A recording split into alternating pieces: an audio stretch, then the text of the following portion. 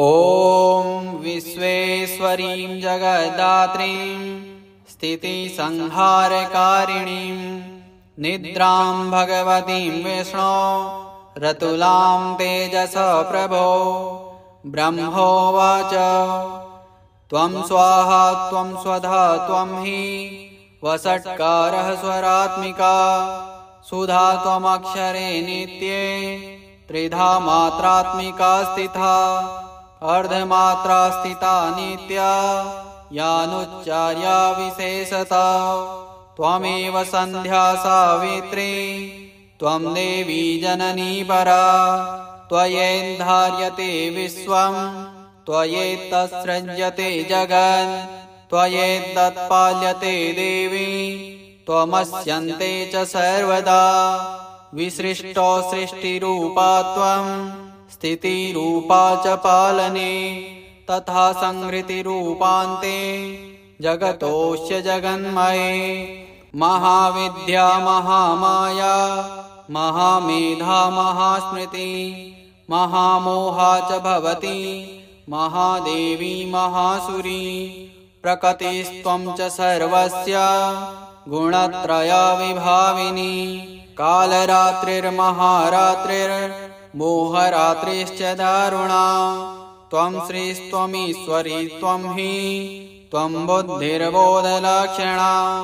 लज्जा पुष्टि तथा तुष्टिस्त्वं शान्तिः शान्तिरेव च खड्गिनी शूलिनी घोरा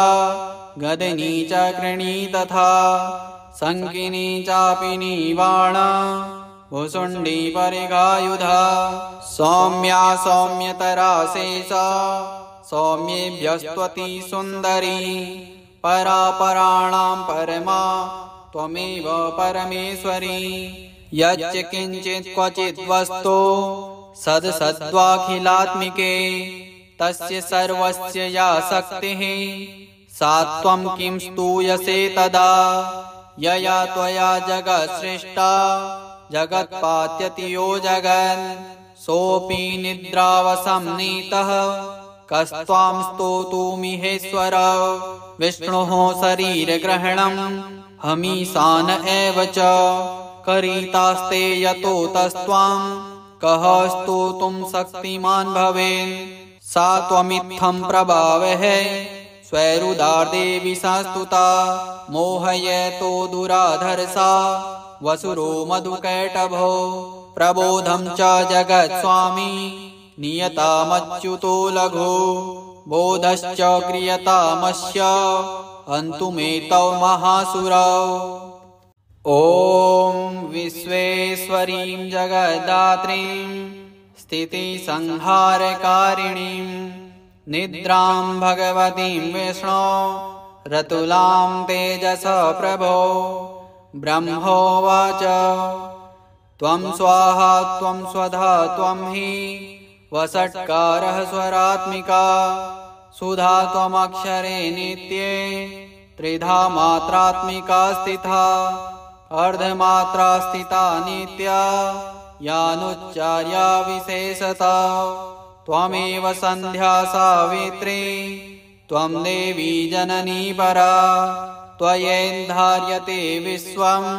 त्वयैतत्सृज्यते जगत् त्वयैतत्पाल्यते देवी त्वमस्यन्ते च सर्वदा विसृष्टो सृष्टिरूपा त्वं स्थितिरूपा च पालने तथा संहृतिरूपान्ते जगतोऽस्य जगन्मये महाविद्या महामाया महामेधा महास्मृति महामोहा च भवति महादेवी महासुरी प्रकृतिस्त्वं च सर्वस्य गुणत्रया विभाविनी कालरात्रिर्महारात्रिर्मोहरात्रिश्च दारुणा त्वं श्रीस्त्वमीश्वरी त्वं हि त्वं बुद्धिर्बोधलक्षणा लज्जा पुष्टि तथा तुष्टिस्त्वं शान्तिः शान्तिरेव च खड्गिनी शूलिनी घोरा गदनी चक्रिणी तथा शङ्किनी चापिनी बाणा भुसुण्डी परिघायुधा सौम्या सौम्यतरा शेषा सौम्येभ्यस्त्वति सुन्दरी परापराणां परमा त्वमेव परमेश्वरी यच्च किञ्चित् क्वचित् वस्तु सद्सद्वाखिलात्मिके तस्य सर्वस्य या शक्तिः सा त्वं किं स्तूयसे तदा यया त्वया जगत्सृष्टा जगत्पात्यति यो जगन् सोऽपि निद्रावसंनीतः कस्त्वां स्तोतुमिहेश्वर विष्णोः शरीरग्रहणं हमीशान एव च करितास्ते यतो तस्त्वां कः स्तोतुं शक्तिमान् भवेन् सा त्वमित्थं प्रभावः स्वैरुदार्देवी संस्तुता मोहयतो दुराधर्षा वसुरो मधुकैटभो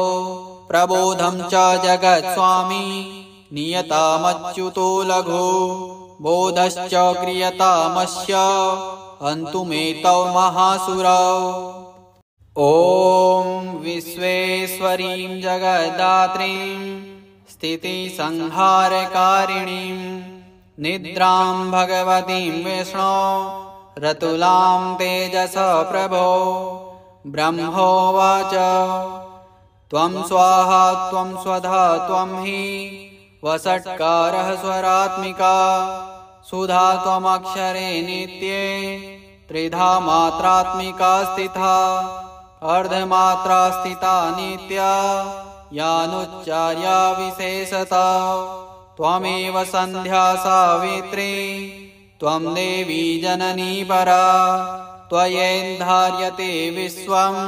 त्वयैतत्सृज्यते जगन् त्वयैतत्पाल्यते देवी त्वमस्यन्ते च सर्वदा विसृष्टो सृष्टिरूपा त्वं स्थितिरूपा च पालने तथा संहृतिरूपान्ते जगतोऽस्य जगन्मये महाविद्या महामाया महामेधा महास्मृति महामोहा च भवति महादेवी महासुरी प्रकृतिस्त्वं च सर्वस्य गुणत्रया विभाविनी कालरात्रिर्महारात्रिर्मोहरात्रिश्च दारुणा त्वं श्रीस्त्वमीश्वरी त्वं हि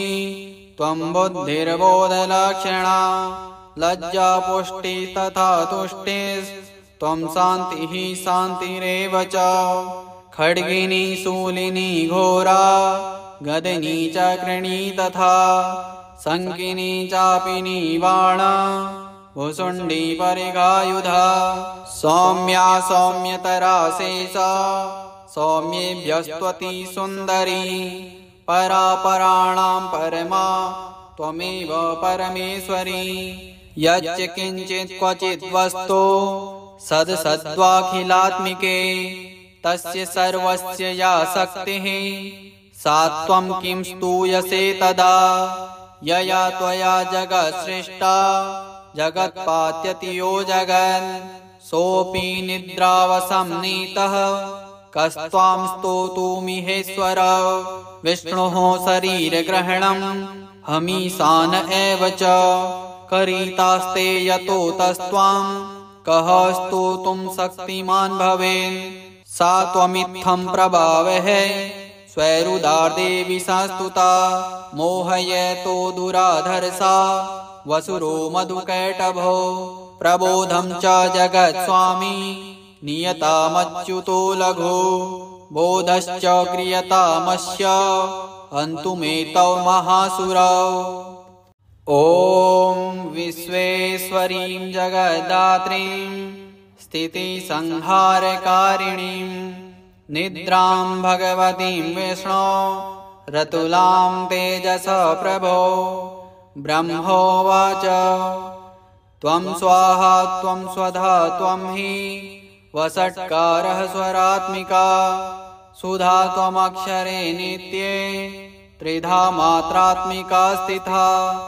अर्धमात्रा स्थिता नित्या यानुच्चार्या विशेषता त्वमेव सन्ध्या सावित्री त्वं देवी जननी परा त्वयेन्धार्यते विश्वं त्वयेत्तत्सृज्यते जगन् त्वयेत्तत्पाल्यते देवी त्वमस्यन्ते च सर्वदा विसृष्टो सृष्टिरूपा त्वं स्थितिरूपा च पालने तथा संहृतिरूपान्ते जगतोऽस्य जगन्मये महाविद्या महामाया महामेधा महास्मृति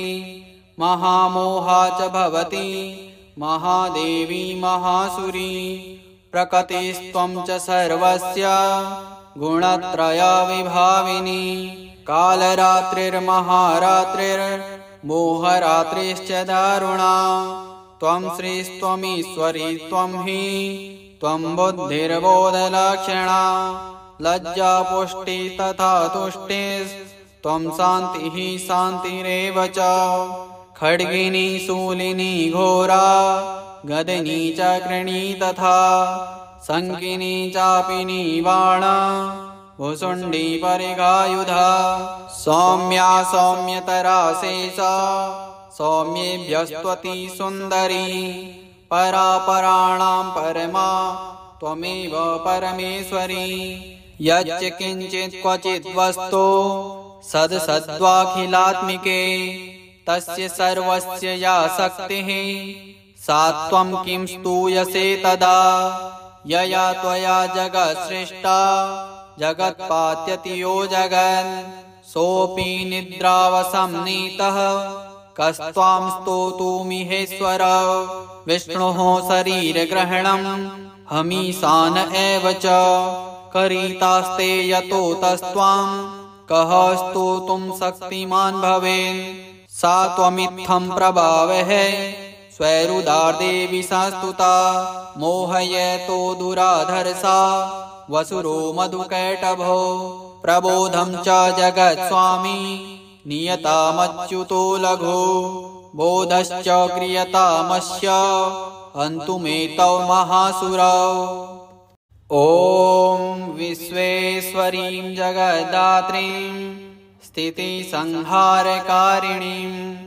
निद्रां भगवतीं विष्णो रतुलां तेजस प्रभो ब्रह्मोवाच त्वं स्वाहा त्वं स्वधा त्वं हि वषट्कारः स्वरात्मिका सुधा त्वमक्षरे नित्ये त्रिधा मात्रात्मिका स्थिता अर्धमात्रा स्थिता नित्या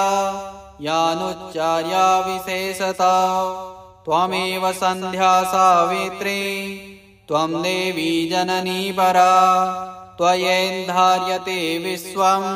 त्वयेत्तत्सृज्यते जगन् त्वयेत्तत्पाल्यते देवी त्वमस्यन्ते च सर्वदा विसृष्टो सृष्टिरूपा त्वं स्थितिरूपा च पालने तथा संहृतिरूपान्ते जगतोऽस्य जगन्मये महाविद्या महामाया महामेधा महास्मृति महामोहा च भवति महादेवी महासुरी प्रकृतिस्त्वं च सर्वस्य गुणत्रया विभाविनी कालरात्रिर्महारात्रिर्मोहरात्रिश्च दारुणा त्वं श्रीस्त्वमीश्वरी त्वं हि त्वं बुद्धिर्बोधलक्षणा लज्जा पुष्टि तथा तुष्टिस्त्वं शान्तिः शान्तिरेव च खड्गिनी शूलिनी घोरा गदनी च कृणी तथा शङ्किनी चापिनी बाणा भुसुण्डी परिघायुधा सौम्या सौम्यतरा शेषा सौम्येभ्यस्त्वति सुन्दरी परापराणां परमा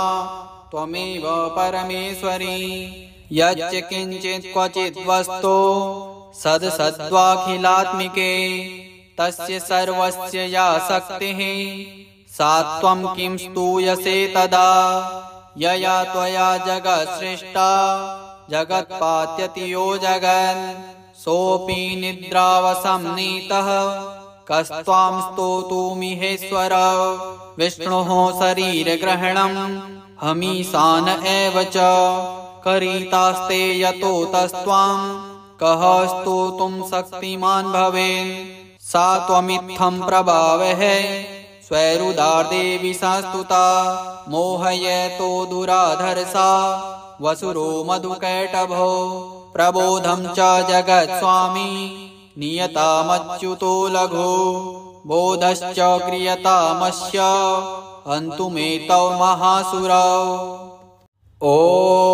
विश्वेश्वरीं जगद्धात्रीं स्थितिसंहारकारिणीं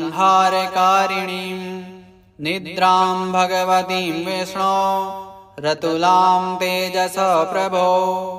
ब्रह्मोवाच त्वं स्वाहा त्वं स्वधा त्वं हि वषट्कारः स्वरात्मिका सुधा त्वमक्षरे नित्ये त्रिधा मात्रात्मिका स्थिता अर्धमात्रा स्थिता नित्या यानुच्चार्या विशेषता त्वमेव सन्ध्या सावित्री त्वं देवी जननी परा त्वयैर्धार्यते विश्वं त्वयैतत्सृज्यते जगत् त्वयैतत्पाल्यते देवी त्वमस्यन्ते च सर्वदा विसृष्टो सृष्टिरूपा त्वं स्थितिरूपा च पालने तथा संहृतिरूपान्ते जगतोऽस्य जगन्मये महाविद्या महामाया महामेधा महास्मृति महामोहा च भवति महादेवी महासुरी प्रकृतिस्त्वं च सर्वस्य